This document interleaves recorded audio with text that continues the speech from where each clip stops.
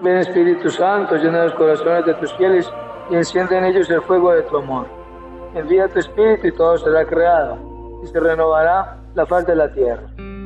Oh Dios, que lesionaste los corazones de tus fieles con la ciencia del Espíritu Santo, haz que guiados por este mismo Espíritu, saboreemos las dulzuras del bien y gocemos siempre sus divinos consuelos. Por Cristo nuestro Señor. Amén. Hermanos y hermanas, muy buenos días. Qué bueno poder madrugar, amanecer, ver la luz del día y dar gracias al Creador por todos los beneficios que nos ha concedido, día y noche que pasó y nos va a conceder durante la experiencia de este nuevo día. La liturgia de la palabra en el día de hoy, a ustedes y a mí, nos habla de dos momentos particulares. Un momento que la palabra en el Antiguo Testamento, el libro de los Números, llama el día de la prueba, cuando nuestros antepasados colocaron a prueba a Moisés, a Abraham, hablando contra Dios incluso, porque se estaban muriendo de sed. Y al morirse de sed, entonces tanto ellos como sus ganados estaban muriendo. Y vuelven y retoman, ¿no era mejor habernos quedado esclavos en Egipto que venir a morir en medio desierto? Luego el Señor habla a Moisés y a Aarón, su hermano, que suplicaban por el pueblo, y el Señor les concede entonces lo que le piden, y manda a Aarón y a Moisés, que particularmente Moisés, con la vara de mando o con la vara del poder, que tocase la roca para que la roca les diera agua de beber y que brotaría agua en abundancia. Y así fue. A Moisés y a Aarón y golpeaban la roca 2 veces. Una sola, por mandato del Señor, era suficiente. Mas sin embargo, no sé si por dudar o qué, le golpea la roca 2 veces. Y el Señor les llama la atención. ¿Por qué han dudado? ¿Por qué han dudado si se les había ordenado y se les había dado el poder y la autoridad? Esas 2 veces le va a costar mucho, mucho a Moisés. No nos adelantemos esperando que la palabra después lo refiera, pero le va a costar, porque verá la tierra, pero no entrará. Al pueblo lo sacia hasta el final, ellos y sus animales. Siempre hay fallitas de dudas y de fe. Corroboremos esto con la palabra. El evangelista Mateo en su capítulo 16 hace énfasis en que Jesús iba con sus discípulos camino de la región de Cesarea de Filipo. Ahora, Jesús pregunta a sus discípulos, ¿quién dice la gente que soy yo? Y ellos dicen lo que la gente menciona.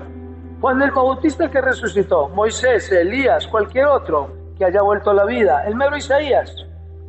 Y el Señor pregunta, ¿y ustedes quién dicen que soy yo? Y brinca Pedro y dice, tú eres el Mesías, el Hijo de Dios vivo. Es una confesión. Ante esta confesión el Señor le remite también con un signo de poder y diciendo, lo que dijiste no te lo reveló la carne ni la sangre, sino mi Padre. Si el Padre te eligió para reconocerme delante de los demás, ahora yo te elijo y digo, tú eres Pedro y sobre esta piedra edificaré mi iglesia y el poder del infierno no la derrotará. Cuando llegó a la región de Cesarea de Filipo, Jesús preguntó a sus discípulos, ¿quién dice la gente que es el Hijo del Hombre? Le respondieron, unos dicen que es Juan el Bautista, otros que Elías, y otros que Jeremías, o uno de los profetas. ¿Y ustedes? ¿Quién dicen que soy yo? Tú eres el Cristo, el Hijo del Dios viviente, afirmó Simón Pedro. Dichoso tú, Simón, hijo de Jonás, le dijo Jesús, porque eso no te lo reveló ningún mortal, sino mi Padre que está en el cielo. Yo te digo que tú eres Pedro, y sobre esta piedra edificaré mi iglesia, y las puertas del reino de la muerte no prevalecerán contra ella. Te daré las llaves del reino de los cielos. Todo lo que ates en la tierra quedará atado en el cielo, y todo lo que desates en la tierra quedará desatado en el cielo. Luego les ordenó a sus discípulos que no dijeran a nadie que él era el Cristo. Desde entonces comenzó Jesús a advertir a sus discípulos que tenía que ir a Jerusalén y sufrir muchas cosas a manos de los ancianos, de los jefes de los sacerdotes y de los maestros de la ley, y que era necesario que lo mataran y que al tercer día resucitara. Pedro lo llevó aparte y comenzó a reprenderlo. «De ninguna manera, Señor, esto no te sucederá jamás». Jesús se volvió y le dijo a Pedro: «Aléjate de mí, Satanás. Quieres hacerme tropezar. No piensas en las cosas de Dios, sino en las de los hombres».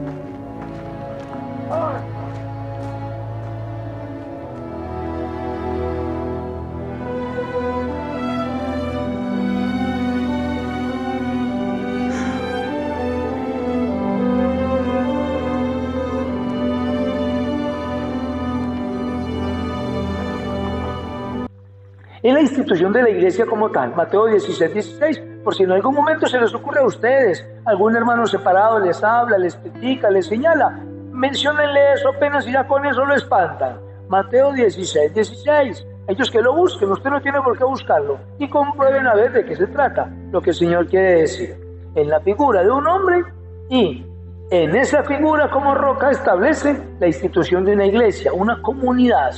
Lo que implica que es designio de Dios, mas no designio de los hombres.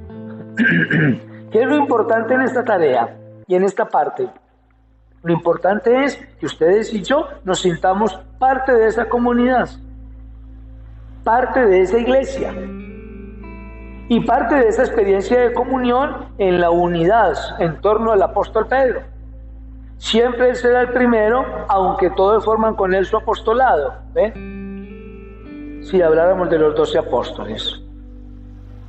De manera pues que el contexto de esta palabra nos especifica muy bien. Incluso hay una segunda parte, donde después de la confesión Jesús anuncia su pasión.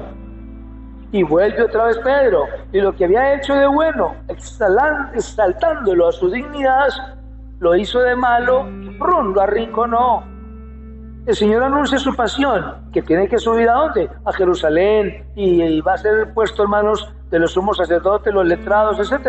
Y brinca Pedro: Señor, venga, se los lleva aparte y le dice: no subas, esto no te puede pasar. Y si a eso vino, pues le toca enfrentarse contra Pedro, y le dice: apártate de mi vista, Satanás. ¿Ven?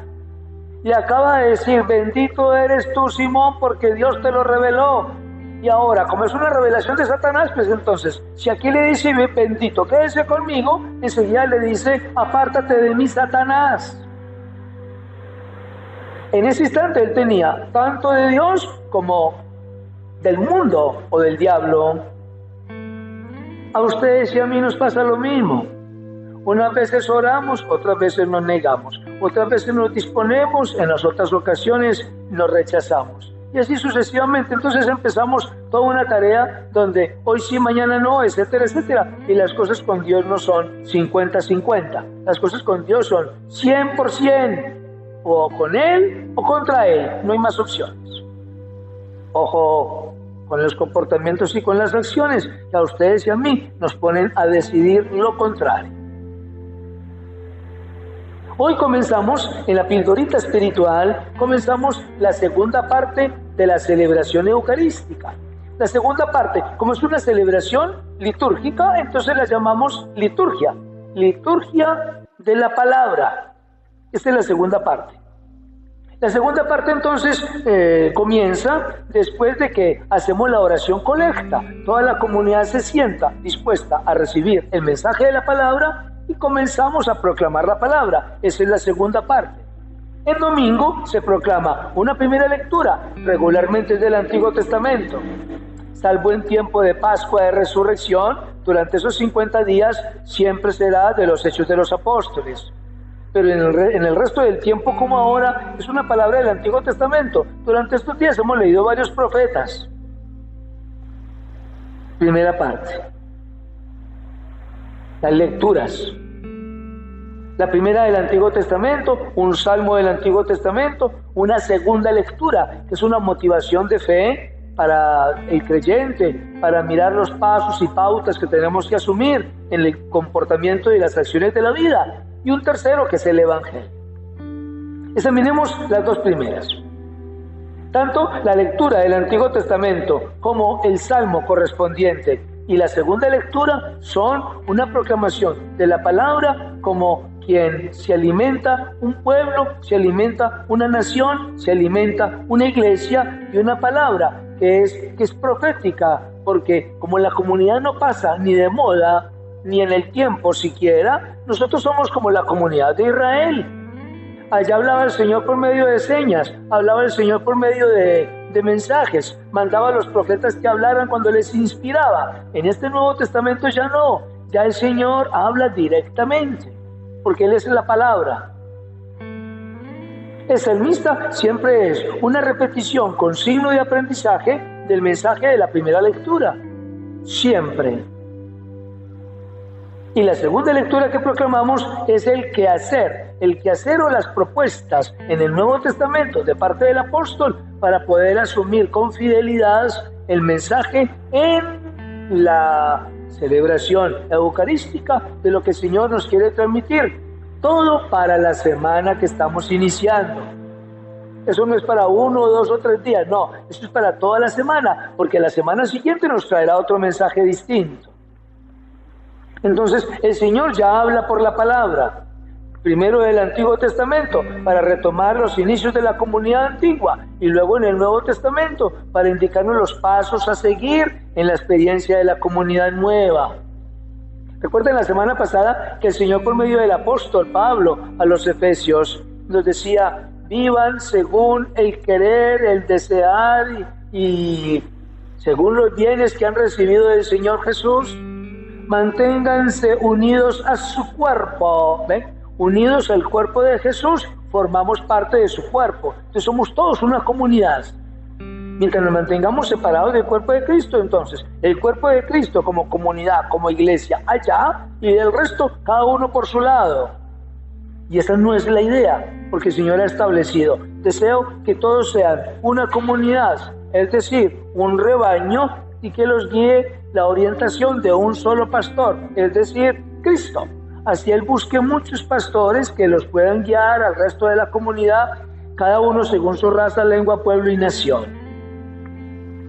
Esa es la segunda parte de la Eucaristía, y hoy hemos examinado la primera parte, la primera sección de la liturgia de la palabra en la celebración eucarística. Si le seguimos los pasos, tanto a la primera como a la segunda y a las que vienen, ustedes y yo tendremos más conciencia, más razón, más cariño, más experiencia, más vida y más deseos de acercarnos a la celebración eucarística, porque sabemos por qué lo vamos a hacer. Segunda parte, liturgia de la palabra. Primera sección, esta que hemos compartido con ustedes. Mañana, Dios mediante, tendremos la segunda y última sección de la segunda parte de la Eucaristía, que se denomina liturgia de la palabra. Cualquier cosita, cualquier duda, no vacilen, escríbanos, que con gusto le responderemos. Que los bendiga el Dios Padre, Hijo y Espíritu Santo, descienda sobre ustedes y los acompañe para siempre. Buen día.